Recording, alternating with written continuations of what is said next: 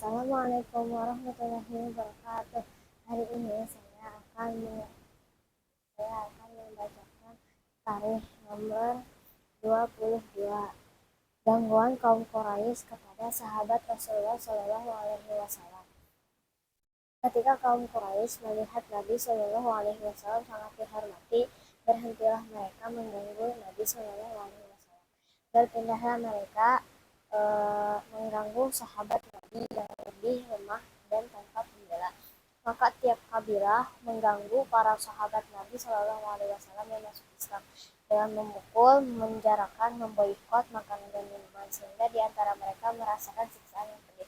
Sampai untuk duduk pun tak sanggup.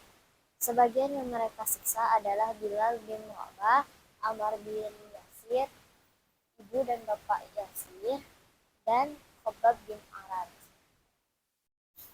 Jadi diceritakan kalau setelah mereka mencari cara untuk mengganggu Nabi untuk tidak menyebarkan agama Islam lagi, tetapi mereka gagal dengan semua tawaran yang mereka ajukan, seperti pertukaran anak kepada Abu Thalib, menukar anak mereka dengan Muhammad untuk dibunuh, dan seperti menawarkan harta, dijadikan pemimpin. Seperti itu mereka menawarkannya seperti itu.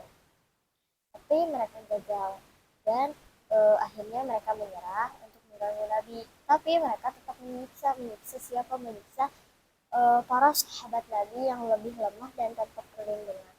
Seperti Bilal bin Rabah, Ammar bin Yasir, ibu dan ayahnya Ammar, dan Khabbab bin Arad. Nah, Bilal bin Rabah adalah seorang budak Umayyah.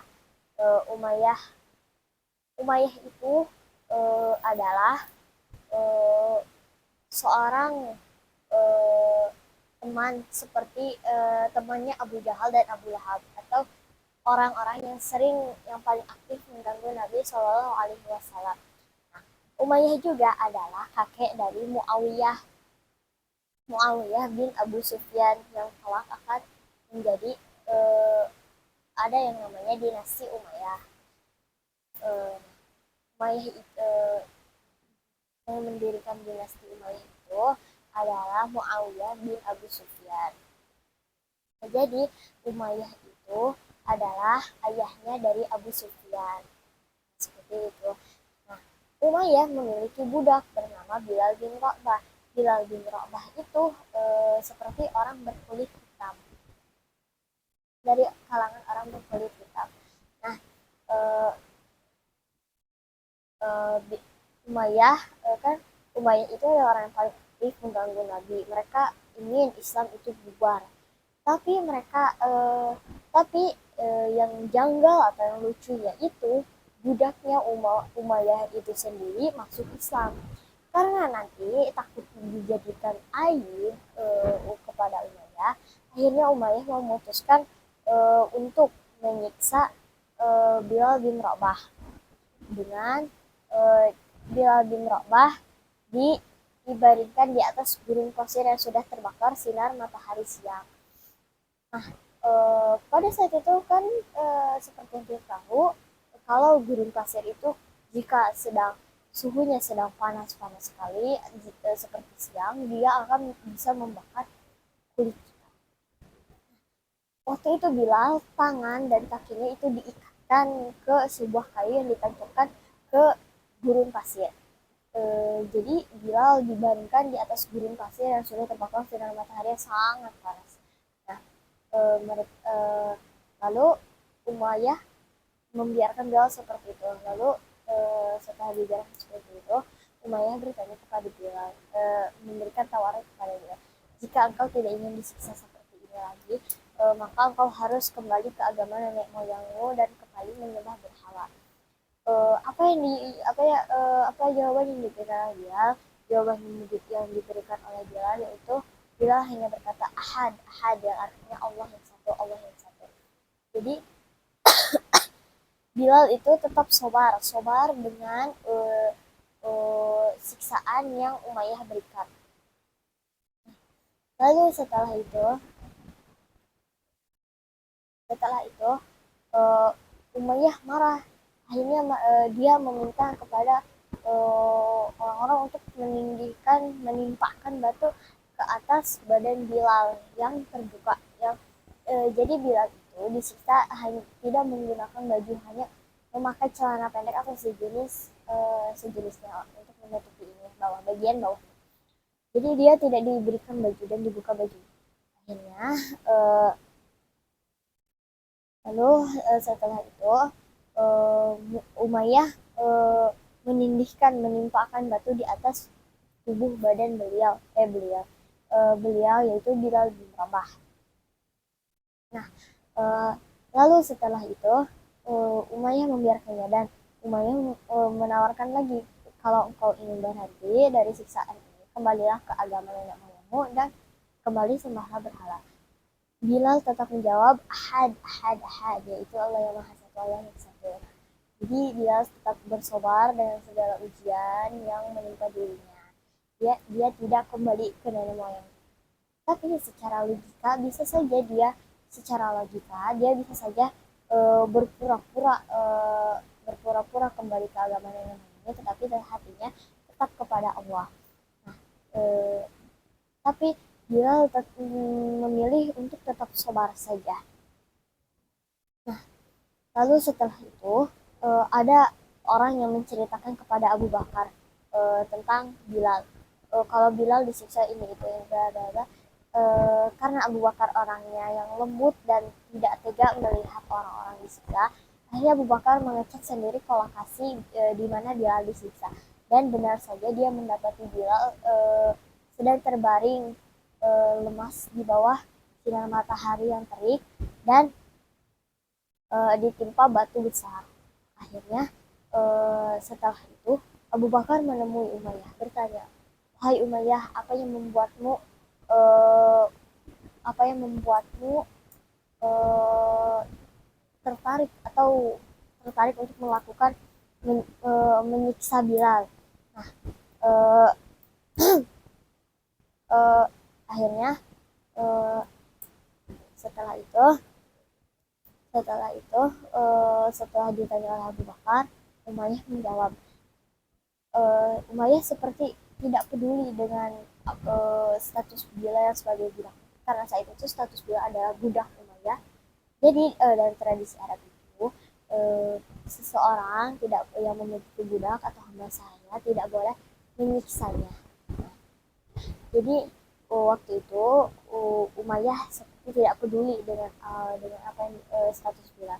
Uh, Dia menjawab kepada Abu Bakar, biarkan saja, salah dia sendiri yang mengikuti agama Muhammad, yang ikut yang dia sudah berhenti menyembah berhala dan dia ikut kepada ajaran-ajaran yang dibawa oleh Muhammad.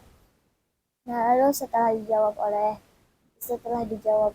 Umayyah, Abu Bakar menanyakan, berapa harga yang kau berikan jika jika engkau menjual Bilal Bilal ini?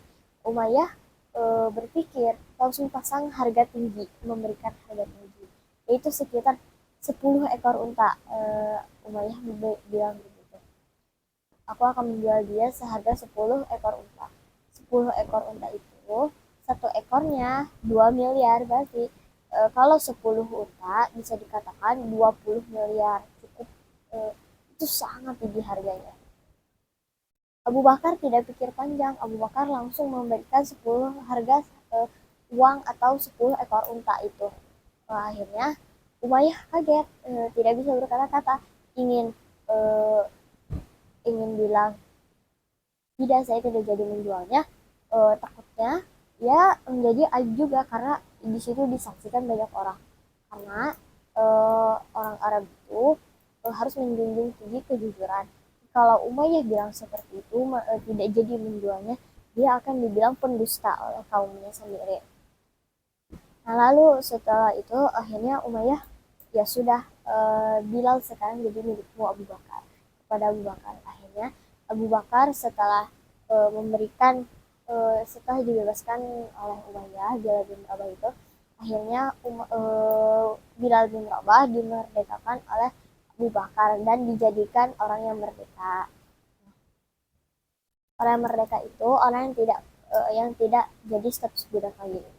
Sekarang pelajaran yang bisa kita ambil adalah kalau kita diberikan ujian oleh Allah, bisa jadi itu agar Allah mau menaikkan derajat kita ke yang lebih baik. Jadi Allah memberikan siksaan seperti siksaan itu kepada kita untuk kita bersabar. Apakah kita bisa bersabar? Kalau kita bisa bersabar, insya Allah derajat kita akan benar-benar dinaikkan oleh Allah Subhanahu wa Ta'ala ke derajat yang lebih baik. Seperti halnya Bilal. Bilal tadinya statusnya sebagai budak yang sangat rendah. Budak itu status paling rendah.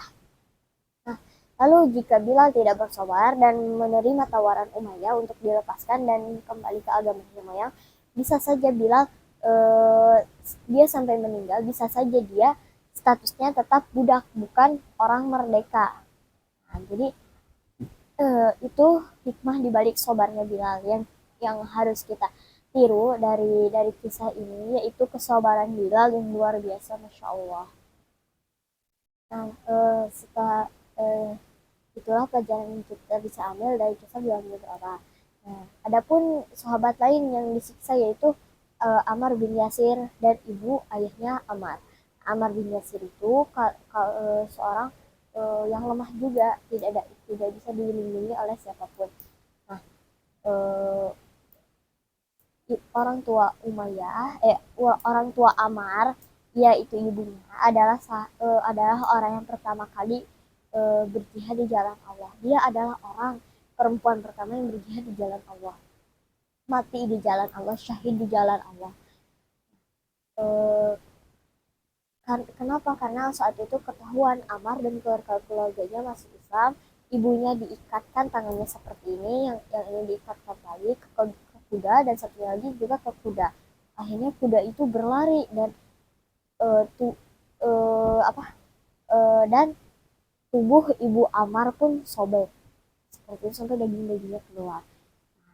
Eh, Seperti itulah kisah yang dapat kita ambil dari atau hikmah yang dapat kita ambil dari poin bab ini, yaitu tentang gangguan kaum Quraisy kepada sahabat Rasulullah SAW.